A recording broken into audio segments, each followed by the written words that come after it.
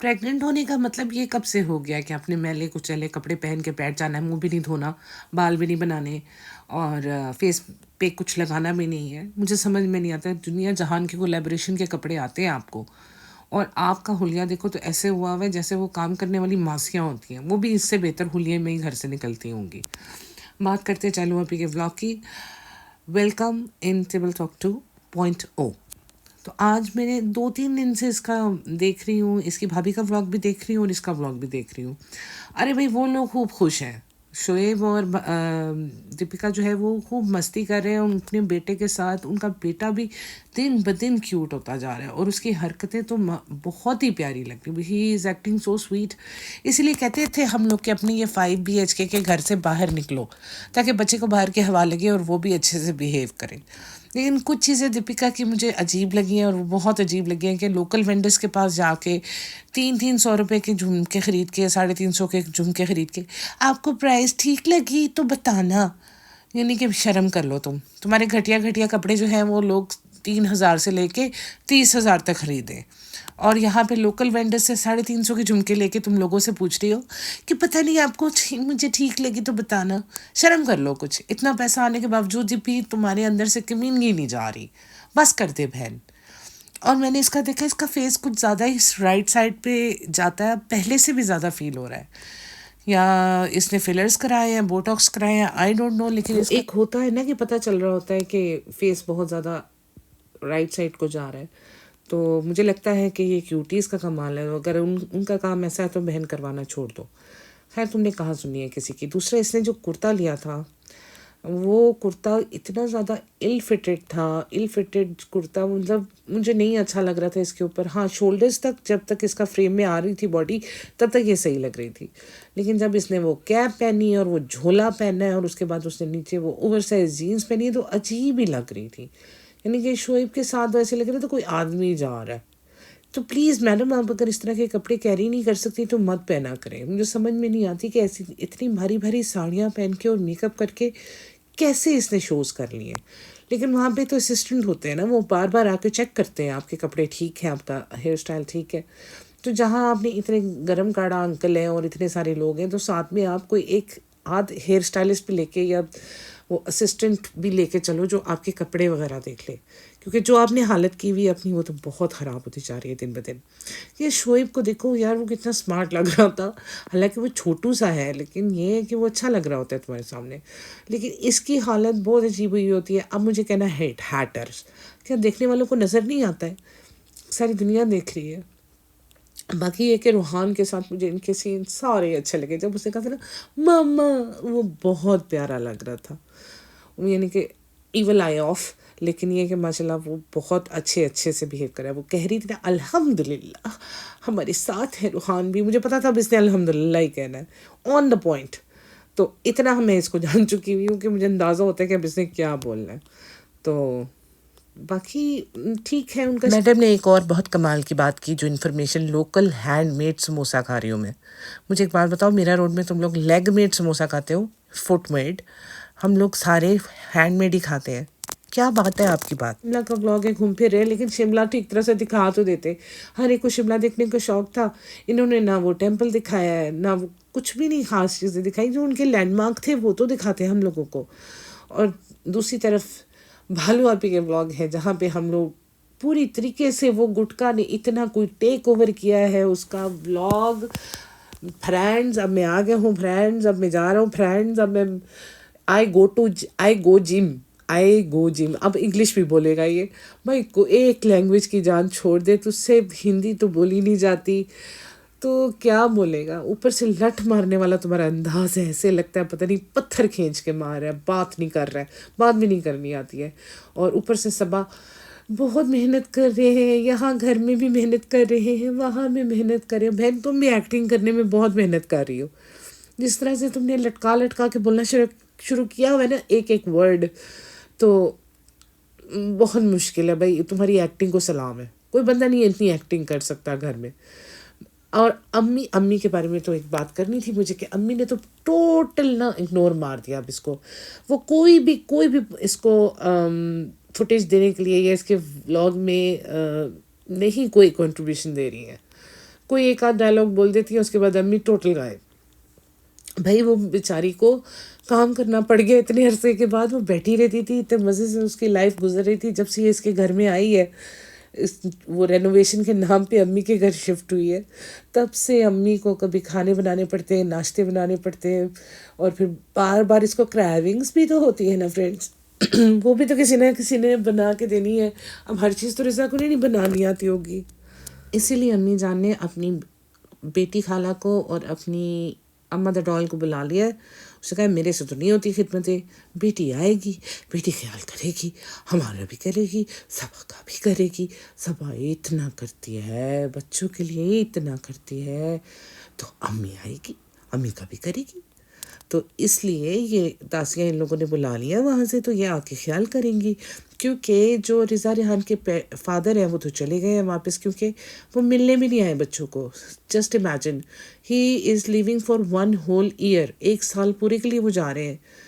तो वो बच्चों को मिल के नहीं गए, और नहीं बच्चों के पास इतना टाइम था कि चलो इतने बड़े हो गए, मौदहा की ट्रेन में बैठ जाते, चले जाते, मिल लेते, एक रात रह लेते और अपनी माँ के साथ वापस आ जाते।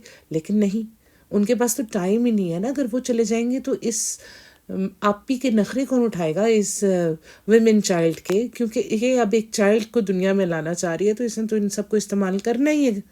इन लोगों को शर्म नहीं आई कि इनका बाप जा रहा है, वो वीडियो कॉल पे इनसे बात कर रहा है, और अस्सलाम वालेकुम पापा, भाई पापा, टेक केयर पापा, ऐसे करके आप ऐसे कर रहे हो जैसे सलमान, हाँ, शाहरुख खान हो और उसका बेटा हो, और इतनी दूर आप वीडियो कॉल कर रहे हैं, क्या बात है। वैसे तो बात बात पे आप लोग ट्रेन पे चढ़ते हैं और मौदहा पहुंच जाते हैं, लेकिन आज तुम्हारा बाप जा रहा है, तुम लोगों से एक रात के लिए जाए नहीं गया तुम बहन भाई से, तुम लोगों का रिश्ता ही टूट गया भाई, यानी तुम्हारा वहाँ जाना बैन है किसी वजह से।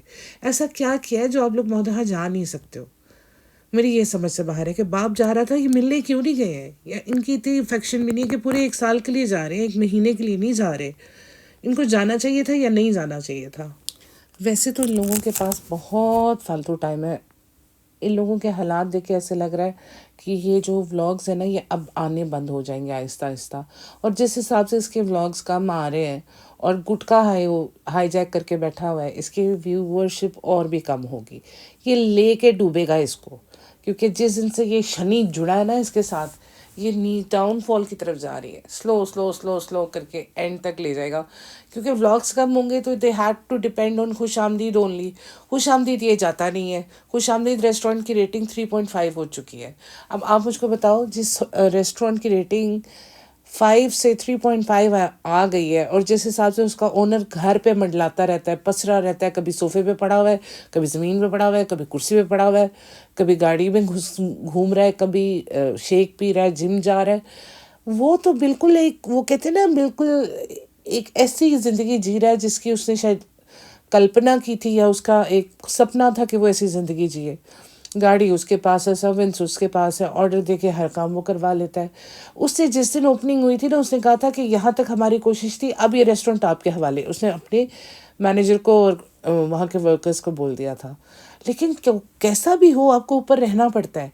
अब देखो ना मैडम दीपिका, वो अपनी वेबसाइट लॉन्च करके ये शिमला मज़े से पहाड़ों में बैठी हुई है। उसे पता है मेरा ऑनलाइन काम है, यहाँ से भी देख सकती हूँ, वहाँ से भी देख सकती हूँ, जिधर भी जाऊँगी वहाँ से देख सकती हूँ। वैसे भी उस वेबसाइट का मैं क्या ही जिक्र करूँ, हाय बड़ा दुख होता है। जब मैंने वो वेबसाइट खोली थी, मुझे आज भी बड़ा वो दुख याद है कि ये क्या किया है इसने। ए दीपिका, तू की कीता, तू की कीता, ये जो लेबल टी किया है ना। अच्छा, मुझे याद आया, रेडिट पे मैंने देखा था चाहत पांडे की पोस्ट लगी हुई थी, बिग बॉस में चाहत पांडे ने अनएबल टीके पहना हुआ है। How is that possible? कैसे कैसे इसने मजबूर किया उसको ये ड्रेस पहनने के लिए, मुझे तो समझ से बाहर है। बिग बॉस में चाहत पांडे एक कंटेस्टेंट है, उन्होंने लेबल DKI का ड्रेस पहना हुआ है, और उसका मैं स्क्रीनशॉट भी लगा दूंगी। लेकिन ये है कि बहुत ही पुअर क्वालिटी क्लोथ्स हैं ये, नॉट वर्थ इट। इतने महंगे आपने अच्छा नहीं किया, लोगों के अरमानों के साथ खेला है। आई प्रोटेस्ट मिलॉर्ड, आई प्रोटेस्ट, क्योंकि मैं कब से वेट कर रही थी लेबल DKI का, लेकिन बहुत बुरा लगा। चलो छोड़ो। अच्छा, एक बात और मुझे भूल गई थी कि जिस वक्त बेटी खाला, अम्मा द डॉल और इनके मामू हैं शायद कोई, वो लोग आए हैं, तो बेटी खाला को आपने देखा कितनी ज़्यादा दुबली पतली हुई है, वहाँ पे रही है ना अपने घर में, हेल्दी खाना खाती होंगी, सब्जियां वगैरह खाती होंगी, ऊपर नीचे जाना आना होता होगा, तो उन्होंने काफ़ी वेट लूज़ किया। लेकिन पिछली बार उनका वेट भी काफ़ी ज़्यादा था जब वो आई थी, और अभी वो जब आई हैं तो वो काफ़ी फिट लग रही है और काफ़ी ज़्यादा थिन हुई हुई है। तो साथ अम्मा है, और अम्मा नीचे क्यों बैठने लगी थी, यानी कि उन्हें आदत है आते ही नीचे बैठने की। उनका नहीं, नहीं अम्मा ऊपर सोफे पे बैठो। चलो ठीक है, वो सोफे पे बैठ गई। अब मुझे लगा कि शायद ये जाएगी रिज़ा, कोई पानी ले आएगी, कुछ शरबत, चाय, नाश्ता, कुछ भी। वो लोग आए हैं तो कुछ भी नहीं, वो सब बैठ गए मज़े से, कि जैसे वो लोग आदत हो। और ऊपर से वो लोग भटक भी गए थे, रास्ता जहाँ उतरना था वहाँ नहीं उतरे, कहीं घूम फिर के आए हैं। तो वही बात है कि, और फिर उसके बाद इन लोगों को भी कमाल है यार, सफ़र से आए हो, हाथ मुंह धो लो, एक दफ़ा वॉशरूम चले जाओ, अपना हाथ मुंह धो। कपड़े तो खैर, नहाना तो, स्नान को तो आप भूल ही जाइए, यहाँ पे स्नान करने का फैशन ही कोई नहीं है। हाथ मुंह धो लो भाई, कपड़े नहीं चेंज करने तो। नहीं नहीं, लेकिन इधर नहीं। हम लोगों का ये था कि हम कहीं लंबा सफ़र करके जाते हैं ना, सबसे पहले हम लोग फ्रेश होते हैं, फ्रेश होके कपड़े चेंज करके आराम से बैठो, फिर चाय नाश्ता करो, उसके बाद बातचीत होती है, गिफ्ट्स वगैरह देते हैं। और वो कंटेंट का की इतनी जल्दी शालू को नहीं थी जितनी उसके भालू को थी। मतलब इस बार सनी, पहले अम्मी कहती है सामान खोल के दिखाओ, इस बार सनी को, सनी ऐसे खुश हो रहा था जैसे कोई बहू होती है ना, जैसे मायके से कोई चीज़ें आती हैं और बहू ससुराल में खुश हो के सबको दिखा रही होती है, ऐसे सनी खुश हो रहा था। क्योंकि इसके सिनेरियो में बहू तो ये है, क्योंकि इसके मायके से चीज़ें आई हैं और चीज़ें आई हैं इसके ससुराल में। पहले तो कहता था हम घर जमाई नहीं हैं, तो बेटा आप ससुराल में क्यों पड़े हुए हो, हर वक्त तो आप यहीं पड़े पसरे रहते हो, ऊपर तो सिर्फ आप सोने जाते हो ना, खाना यहीं खाना है, हर चीज़ यहीं खानी है। तो वहाँ से चीज़ें आई हैं, कोई लड्डू थे, अचार थे, दालें थी, जो इसकी माँ ने, सनी की माँ ने भेजी थी। तो इसने कहा ये ताकत के लिए हैं। तो ताकत के लड्डू कब खाए जाते हैं, जब घर में कोई नया मेहमान आने वाला हो। तो इससे भी ज़ाहिर हो गया, अब आप बेशक छुपाएं या ना छुपाएं, सबको तो पता तो चल गया। तो ताकत के लड्डू कहते जी नहीं, सनी के लिए भी हैं, सनी को भी आटे के लड्डू बहुत पसंद है। तो कहते प्यार टपक रहा है, बिल्कुल आप लोगों का बहुत ज़्यादा प्यार है, हमें नज़र आता है जब आपकी सास आती है, और जिस तरह आपके मुंह पे 12 बजे होते हैं ना, ना उनके साथ टाइम बिताना, ना उनके पास बैठना, उसी वक्त सारी पार्टीज़ और कोलैबोरेशन भी याद आ जाते हैं। इतना ही लाड है आप में और आपकी सास में, हमें भी पता है, हम देख चुके हैं। क्योंकि आप लोग प्रीच कुछ और करते हैं और करते कुछ और है और दिखाते कुछ और है। इसी वजह से तो लोग आपसे तंग आ गए हैं कि आप लोग सच क्यों नहीं बोलते। फिर कहते हैं हम ज़ीरो फिल्टर हैं, और ज़ीरो फिल्टर लोग इस तरह की हरकतें नहीं करते। ये दांतों वाली सरकार जो है ना, इनको हमारी सर के ऊपर मुसल्लत किया हुआ है तुमने। वो अम्मा ने जब बैग खोला ना, अम्मा लाई थी रस मोदहा के, क्योंकि इन्हें हर चीज़ को खा के मोदहा की फील आनी शुरू हो जाती है। मोदहा की इतनी फील आती है तो मोदहा चले क्यों नहीं जाते, मोदहा जाने के नाम पे तो फीवर आ जाता है मैडम सबा को। मुझे समझ में नहीं आती, खाना वहाँ का है और रहना यहाँ पे है, चैन नहीं है इन लोगों को। वो कहते हैं ना, इंसान किसी हाल में खुश नहीं होता, तो ये उन लोगों में से है। तो वो अम्मी इसको कहती है, ले भाई सन्नी तेरी मूंगफली। भैया अब आप यहाँ पे बहू हो, बहुओं के साथ ऐसे ट्रीट करते हैं लोग। यही अब कभी कभी आता ना, आपकी थोड़ी सी इज्जत होती, लेकिन अब आपकी वो वाली इज्जत नहीं रहेगी। अब घर में एक हेल्पर असिस्टेंट से ज़्यादा नहीं है आपकी औकात। तो खैर व्लॉग काफ़ी, पॉडकास्ट काफ़ी लंबी हो रही है, इसको मैं यहाँ पे एंड करूँगी, क्योंकि इसी व्लॉग में मैंने भाई भाभी की भी बातें कर ली हैं और मैंने इनकी भी कर ली है। क्योंकि भाई भाभी के व्लॉग में इतना कुछ था नहीं जिसके बारे में सेपरेट से पॉडकास्ट बनाई जाए। लेकिन भाई वो खुश है, अपने चल रहा है उनका सिस्टम।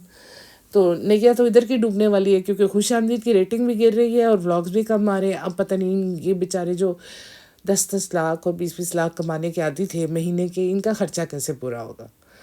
ठीक है, आप अपना ख्याल कीजिएगा। अगर आपको पॉडकास्ट पसंद आई तो लाइक कीजिएगा और सब्सक्राइब करें। चलिए नहीं भी किया कोई दिक्कत नहीं, बाद में कर लीजिएगा, मैं तो आती रहूँगी, आप सुनते रहिएगा। Bye bye.